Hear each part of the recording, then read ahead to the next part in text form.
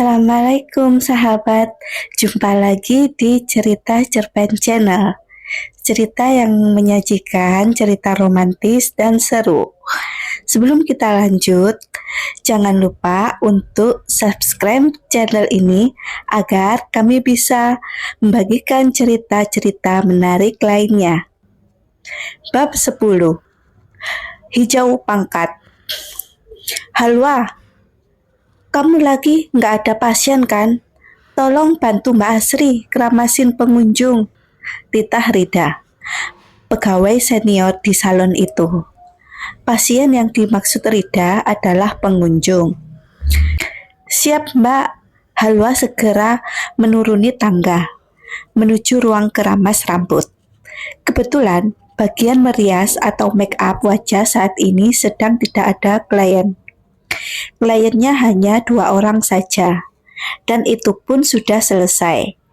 Jadi saat ini Halwa sedikit bersantai. Namun, jika di bagian lain membutuhkan tenaganya, maka ia siap membantunya. Halwa bisa kemana saja ditugaskan, kecuali pijat laki-laki. Tidak sulit untuk Halwa mengeramasi klien, karena ia sudah terbiasa. Kecuali kalau potong rambut. Halwa tidak diperbolehkan karena bukan bagian Halwa, dan Halwa belum pandai di bidang itu. Tiba-tiba, beberapa tamu berseragam loreng TNI dari kesatuan suaminya datang ke salon itu. Ada 3 orang tentara yang masuk dan ingin pijat relaksasi. Ketika melihat Halwa ke arah tentara itu, dia mendadak ingat Cakar. Ketiga tentara itu tersenyum ramah saat berinteraksi dengan pelayan salon. Lalu, setelah registrasi, mereka menaiki tangga. Lalu diarahkan ke ruang pijat relaksasi oleh salah satu pegawai salon itu. Salon untuk lelaki dan perempuan. Sebetulnya, ruangannya terpisah dan disekat oleh gorden bambu. Hanya pintu keluar dan masuknya saja yang sama. Mereka mengingatkan aku pada suami kamu. Ih, ganteng-ganteng deh. Andai saja aku dapat satu yang loreng. Alangkah senangnya hatiku. Celoteh salah satu teman seprofesi Halwa dengan wajah yang senang. Halwa hanya tersenyum simpul. Dia tidak tahu menikah dengan Cakar sang suami saat ini hubungannya masih dingin dan datar. Entah kapan status mereka akan meningkat menjadi lebih dekat. Hanya waktu yang akan menjawab. Jika Halwa teringat kembali dengan jam tangan yang dipakai suaminya tadi atas pemberian Sersan Lilam itu, rasanya sulit untuk menjangkau hati suaminya. Faktanya, Cakar lebih memilih memakai dan menghargai jam tangan pemberian orang. Sementara itu, di kantor Cakar, saat ini Cakar dan teman-temannya sedang melakukan korpri, membersihkan lingkungan di sekitar kesatuan. Kegiatan itu baru selesai 1 jam kemudian. Cakar dan teman-temannya serta yang lain menuju kantin untuk mengisi cairan di tubuhnya yang sempat hilang akibat korpri tadi. Kebetulan ini jam istirahat. Tidak sedikit teman Cakar yang lain ada yang pulang dan istirahat di rumah. Itu pun bagi yang rumahnya dekat. Cakar memesan kopi hitam seperti biasanya. Temannya yang lain juga begitu. Ada juga yang langsung makan karena tadi pagi tidak sarapan. Bang, kamu tidak makan? Hanya kopi hitam saja. Wardi, teman satu letting, bertanya sembari menyantap makan siangnya. Aku tidak lapar, masih kenyang. Tadi di rumah sudah sarapan, balas Cakar. Terlihat muram. Wah, asik. Pengantin baru, sarapan ada yang nyiapin. Pulang ada yang menyambut. Malam ada yang ngelonin. Double-double nikmatnya pengantin baru. Seloroh Tian diimbui tawa. Cakar hanya tersenyum hambar. Dia seperti tidak excited dengan ucapan Tian. Sikap Cakar datar saja. Wajar saja, sebab dia memang tidak mencintai Halwa. Wah, jam tangan baru nih. Siapa yang kasih? Pasti kado ulang tahun dari bini. Barunya tuh, lanjut Tiang, lagi menebak. Cakar mencepik. Tanda kado itu bukan pemberian Halwa. Cakar tidak menjawab apa-apa. Dia meneguk kopinya sampai tandas. Tiba-tiba, beberapa kowat masuk ke dalam kantin, termasuk Sersan Nilam. Gadis manis asal Jawa itu tersenyum bahagia saat mendapati Cakar di kantin. Dia menghampiri Cakar dan memberi kode supaya Cakar pindah meja. Bang Cakar, wah, jam tangannya dipakai juga. Terima kasih ya Bang, ujarnya sembari berlalu. Diikuti Cakar menuju meja paling ujung. Antara mereka memang bukan rahasia umum lagi. Terjalin kedekatan namun statusnya belum jelas. Tian dan Wardi kompak, menatap kepergian Cakar dan Sersan Nilam yang memilih meja lain dibanding bergabung dengan mereka. Jadi, jam tangannya itu pemberian dari Sersan Nilam. Aku pikir pemberian istrinya. Kejut Tian tidak menduga. Mana mungkin Cakar mau pakai pemberian istrinya. Dia kan tidak mencintai si Halwa. Intinya, Cakar belum menerima perjodohan itu. Terlebih, Cakar itu tidak suka dengan sikap istrinya yang dinilai caper. Wardi menjelaskan. Caper? Caper gimana maksudnya? Tanya Tian penasaran. Cakar tidak suka karena Halwa sering titip salam lewat teman-temannya yang kebetulan pacaran sama teman kita juga, ucap Wardi. Teman kita siapa? Ardi dan Rian.